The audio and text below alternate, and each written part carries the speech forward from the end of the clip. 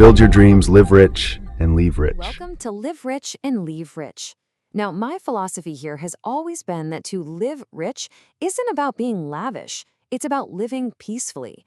It's about that feeling you get when you can sleep soundly at night knowing you're financially secure.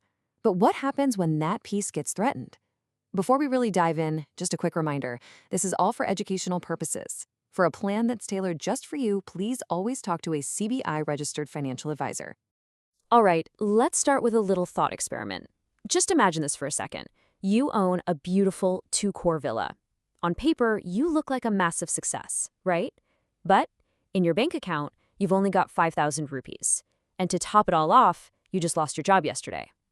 So I want you to look at the screen and really ask yourself, are you rich? This right here is the paradox that traps so many of us, being asset rich but completely cash poor. And this really gets to the core of the problem. That two-core villa, it is an asset, no doubt. But in a real crisis, it suddenly feels a lot more like a liability. I mean, think about it. You can't pay your child's school fees with a brick from the wall, can you? You can't walk into a grocery store and pay with the property deed. So if an asset can't be turned into cash quickly, it's really just a fancy liability in disguise. For your actual survival, its value is pretty much zero.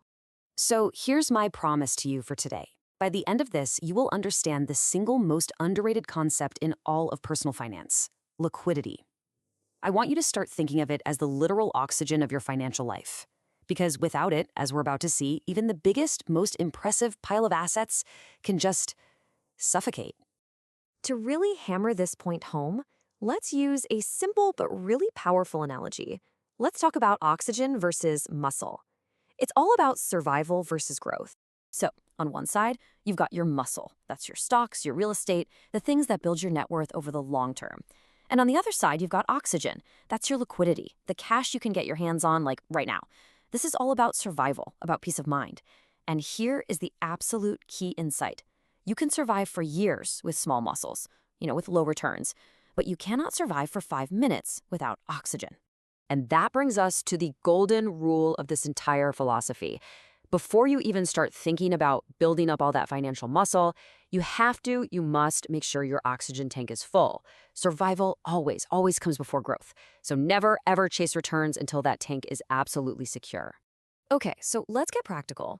How do we actually do this? We're going to map out your wealth across 3 very different levels of liquidity, so you can see exactly how accessible your money really is. Think of this table as your personal financial blueprint. Let's break it down.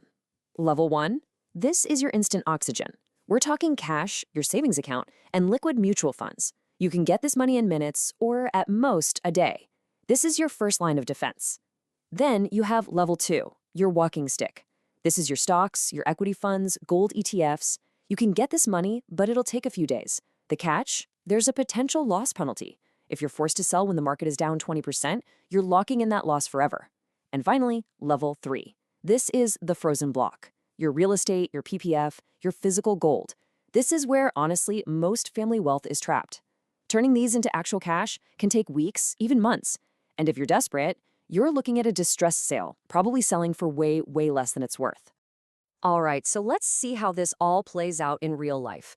I'm going to tell you a quick story, a tale of 2 very different paths. This will show you the real-world consequences of these choices. So first up, let's meet Mr. Sharma, the property mogul.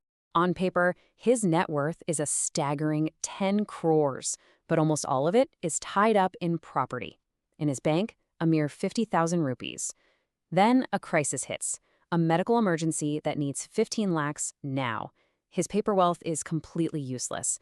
He's forced to beg his friends for loans, he's trying to sell a plot of land, but buyers can smell the desperation a mile away and they're lowballing him. His reality? Just pure, unending stress. Now, let's meet Mr. Verma, the liquid king. His net worth is just 2 crores, much less than Mr. Sharma's. But he prioritized his oxygen tank. He has 15 lakhs sitting in a liquid fund. When the exact same crisis hits him, his experience couldn't be more different.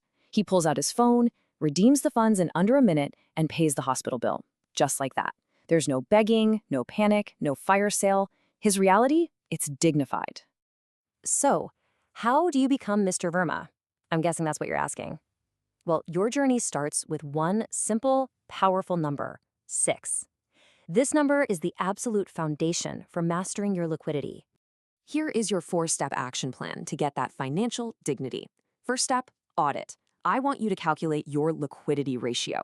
That's your total liquid assets, your level 1 stuff, divided by your total monthly expenses. Your target should be greater than 6. Second, build. Create what I call a peace of mind fund. This should have 6 months worth of your survival costs. Park it in a liquid fund or a sweep-in FD. And remember, the purpose of this money is for access, not returns. Third, pause. Just pause. Don't even think about buying that second property or making another big, illiquid investment until this oxygen tank is completely full. And finally, and this is crucial, remember, a credit card is not liquidity. It's a high-interest loan waiting to happen. It is a debt trap, not your emergency cash. All right, as we start to wrap this up, let's lock in the most important takeaways from today. These are the mindset shifts that will truly protect you and your family. Number 1, liquidity is always greater than returns. In a crisis, access beats growth every single time. 2, beware the wealth illusion. A portfolio packed with real estate looks great, but it can create the harsh reality of being cash poor. 3, an emergency fund is non-negotiable. Think of it as the firewall that protects your long-term wealth from being destroyed. 4, accessible cash is king. Why? Because cash gives you options, and having options is the true definition of freedom. And finally, number 5, the ultimate status symbol isn't the fancy car or the big house. It's the quiet confidence of knowing you can handle any emergency instantly. That is true dignity. So I'm going to leave you with one final thought to really chew on. Forget about your net worth for a second. Ask yourself this and be honest. If all your income stopped today, right now, how many days could you and your family survive without having a fire sale on your home or your gold? That number, that is the true measure of your wealth. Now, to help you get all of this organized for your family's future, I've created something called the Legacy Diary. You can find the link for it right there in the description below. If this explainer has helped you think a little differently today, I'd be so grateful if you'd subscribe, like, and share it with someone you care about. Until next time, live rich and leave rich.